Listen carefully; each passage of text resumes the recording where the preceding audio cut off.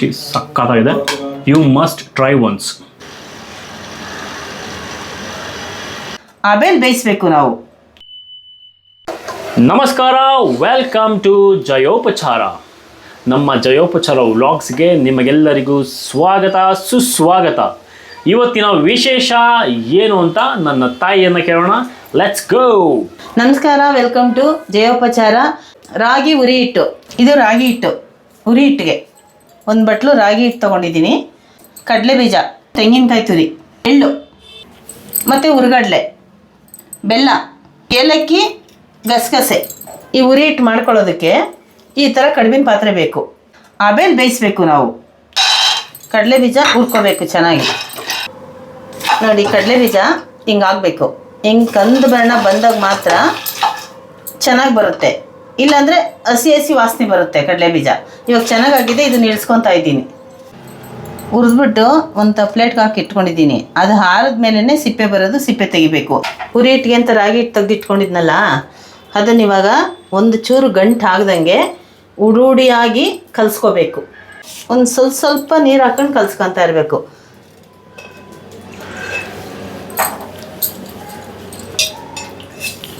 ಈ ಥರ ಒಂದೊಂದು ಸ್ವಲ್ಪನೇ ಹಾಕಿ ಹಿಂಗೆ ಹೊಡೆದು ಕಲಿಸ್ಬೇಕು.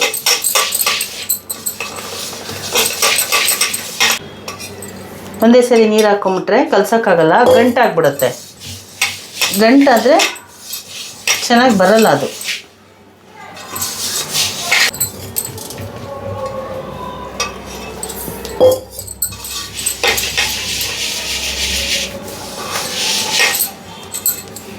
ಮತ್ತು ಇದನ್ನು ಸ್ಪೂನಲ್ಲೆಲ್ಲ ಕಲ್ಸೋಕ್ಕಾಗಲ್ಲ, ಕೈಲೇ ಕಲಿಸ್ಕೋಬೇಕು ನೀಟಾಗಿ. ಅದಾಗಿ ಕೈಲಿ ಕಲಿಸ್ಕೊತಾ ಇದ್ದೀನಿ ನಾನು.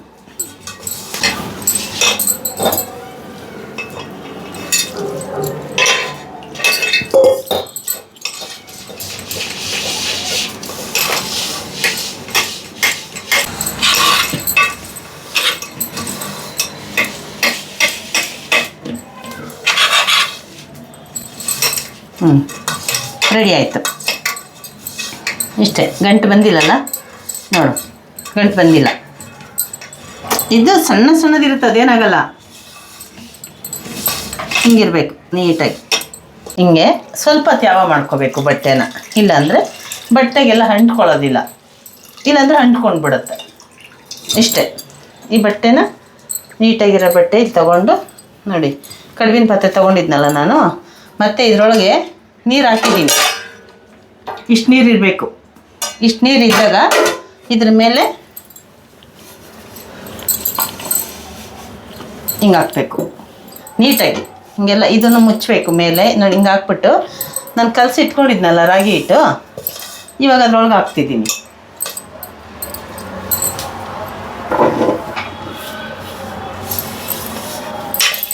ಹಾಕಿದ್ದೀನಿ. ನೀಟಾಗಿ ಒಂದು ಸಮ ಮಾಡಿಬಿಟ್ಟು ಇಷ್ಟೇ. ಇದನ್ನು ಮತ್ತೆ ಮುಚ್ತೀನಿ.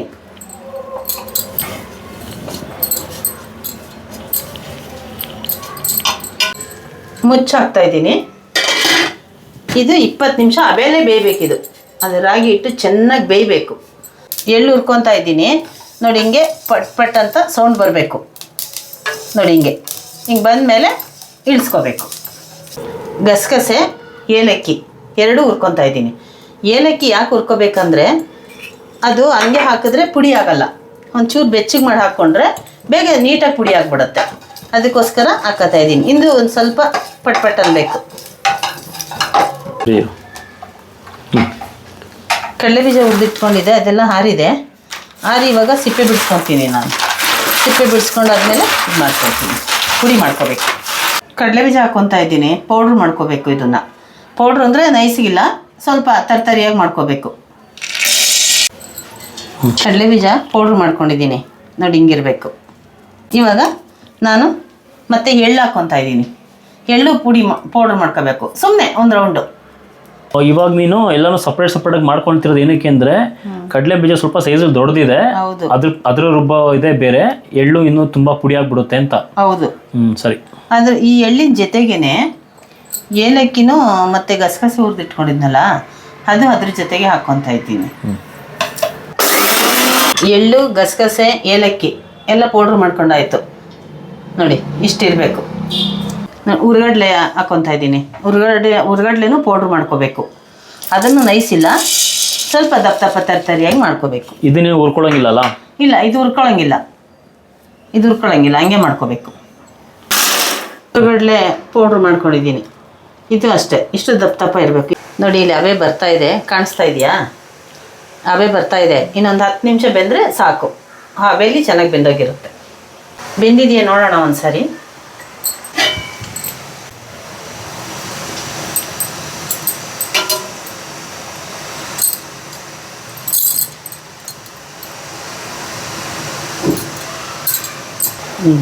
ಬೆಂದಿದೆ ನೋಡಿ. ಇಸುಕಿದ್ರೆ ಇಸುಕ್ಬೇಕಾದು ಅಲ್ಲ, ಹಿಂಗೆ ಗೊತ್ತಾಗುತ್ತೆ ಇಸ್ಕದಾಗ. ನೋಡಿ ಸಾಫ್ಟ್ ಆಗಿಬಿಟ್ಟಿದ್ರೆ ಬೆಂದಿದೆ ಅಂತ. ಮುದ್ದೆ ಮಾಡಿದಾಗ ನಾವು ಹೆಂಗಾಗುತ್ತೆ ಹಂಗಾಗಿರುತ್ತೆ ನೋಡು, ಅವಾಗ ಬೆಂದಿರುತ್ತೆ ಅಂತ ಲೆಕ್ಕ. ಇದೆಲ್ಲ ಮಿಕ್ಸ್ ಮಾಡಿ ಹಾಕ್ಕೊಂಡಿದ್ನಲ್ಲ, ಮಿಕ್ಸಿಗೆ ಹಾಕ್ಕೊಂಡು ಪುಡಿ ಮಾಡಿಕೊಂಡು, ಇವಾಗ ಇದ್ರೊಳಕ್ಕೇನೆ ಇದು ಹಬೆಲ್ ಬೆಂದೈತಲ್ಲ ರಾಗಿ ಹಿಟ್ಟು, ಅದನ್ನು ಹಾಕ್ಕೊತೀನಿ ಅದ್ರೊಳಗೆ ಕಡಿಕೆ.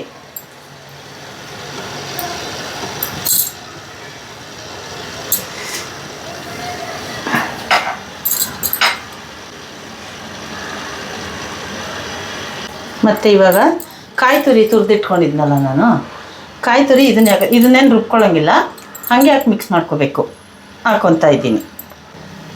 ಬೆಲ್ಲ ತುರಿದಿಟ್ಕೊಂಡಿದ್ನಲ್ಲ ಪುಡಿ ಮಾಡಿಕೊಂಡು, ಅದನ್ನು ಇವಾಗ ಅದರೊಳಗೆ ಹಾಕ್ಕೊತಾ ಇದ್ದೀನಿ. ಮಿಕ್ಸ್ ಮಾಡಬೇಕು.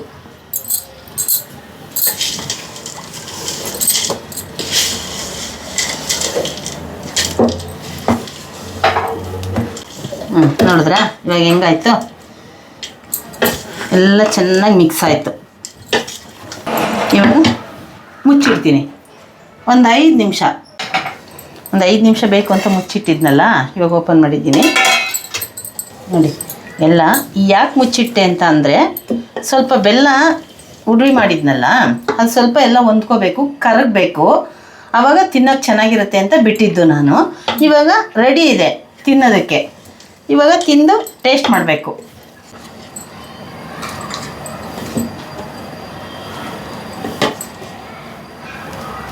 ಜೊತೆಗೆ ಸ್ವಲ್ಪ ತುಪ್ಪ ಹಾಕ್ತೀನಿ. ನೀವು ತಿನ್ನುವಾಗ ತುಪ್ಪ ಹಾಕ್ಕೊಂಡು ತಿನ್ನಬೇಕು, ಚೆನ್ನಾಗಿರುತ್ತೆ. ಹುರಿ ಹಿಟ್ಟು, ರಾಗಿ ಹುರಿ ಹಿಟ್ಟು ರೆಡಿ ಇದೆ. ಹೌದು, ಇದು ರುಚಿ ನೋಡುವ ಸಮಯ. ಬಾಯಿ ದೊಡ್ಡದಾಗಿ ಇಟ್ಕೋಬೇಕು ತಿನ್ನಕ್ಕೆ.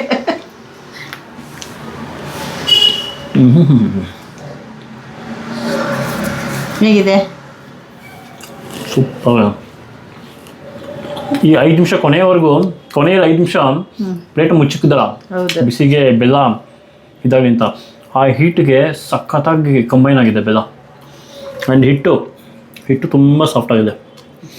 ಆ ಸಾಫ್ಟ್ ಜೊತೆಗೆ ಈ ಕಡಲೆ ಬೀಜ, ಕಡಲೆ ಎಲ್ಲ ಅರೆಬರೆ ರುಬ್ಕೊಂಡ್ವಲ್ಲ, ಅದು ಸಖತ್ ಕ್ರಿಸ್ಪಿಯಾಗಿ ಸಿಗ್ತಾ ಇದೆ, ಗರ್ಮ ದೊಡ್ತಿದೆ.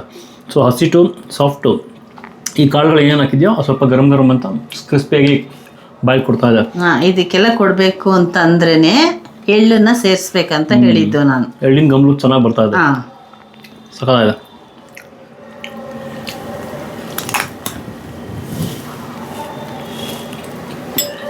ಇದು ರೆಸಿಪಿ ಹೊಸದೇನಲ್ಲ ನಮ್ಮ ಮನೇಲಿ. This is one of my favourite. ಹೌದು, ನಾನು ಯಾವಾಗಲೂ ಕೇಳಿ ಮಾಡಿಸ್ಕೊಳ್ತಾ ಇರ್ತೀನಿ ನಮ್ಮ ಅಮ್ಮನ ಹತ್ರ, ಹುರಿ ಹಿಟ್ಟು ಮಾಡು ಅಂತ. ಇದು ಸ್ವಲ್ಪ ಮಾಡೋದಕ್ಕೆ ಕಷ್ಟ, ಟು ಬಿ ಹಾನೆಸ್ಟು. ಅಮ್ಮನಿಗೆ ಸ್ವಲ್ಪ ಕಷ್ಟ ಆಗುತ್ತೆ, ಆದರೂ ನಾನು ಮಾಡಿಸ್ಕೊಳ್ತೀನಿ. ತುಂಬ ಚೆನ್ನಾಗಿ ಮಾಡ್ತಾರೆ. ಪ್ರಾಬಬ್ಲಿ ಹುರಿ ಹಿಟ್ಟು ಮಾಡೋದ್ರಲ್ಲಿ ಬೇರೆ ಬೇರೆ ವಿಧಗಳಿದ್ದಾವೆ. So this is one of the type. ನಿಮ್ಮಲ್ಲೂ ಇದೇ ಥರ ಮಾಡೋದಾದರೆ ನಮ್ಮಲ್ಲೂ ಇದೇ ಥರ ಮಾಡ್ತೀವಿ ಅಂತ ಕಮೆಂಟ್ ಮಾಡಿ, ಅವ್ರು ನೀವು ಒಂದ್ಸರಿ ಟ್ರೈ ಮಾಡ್ಬೋದು. But this is very tasty, ಸಕ್ಕತ್ತಾಗಿದೆ. You must try once, okay? ಅದನ್ನು ಹೇಳ್ತಾ ನಮ್ಮ ಇವತ್ತಿನ ಜಯೋಪಚಾರದ ವಿಡಿಯೋವನ್ನು ಮುಗಿಸ್ತಾ ಇದ್ದೀವಿ. ಮತ್ತು ಮುಂದಿನ ವಿಡಿಯೋದಲ್ಲಿ ಸಿಗುವ. ನಮಸ್ಕಾರ. ಜಯೋಪಚಾರ. ನಮಸ್ಕಾರ.